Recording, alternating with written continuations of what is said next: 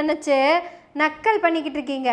ஆனால் உண்மையாலுமே ராஜாவாக ஆசைப்பட்டப்பெல்லாம் நான் என்னென்ன பண்ணிட்டு இருந்தேன்னு உங்களுக்கு தெரியுமா?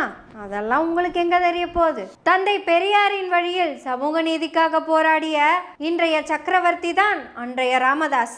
உங்களுக்கெல்லாம் ஞாபகம் இருக்கா இல்லையான்னு எனக்கு தெரியாது. நம்ம தலித் மக்களோட நான் எந்த அளவுக்கு இயல்பாக இருந்திருக்கேன்னு உங்களுக்கெல்லாம் தெரியவே தெரியாது.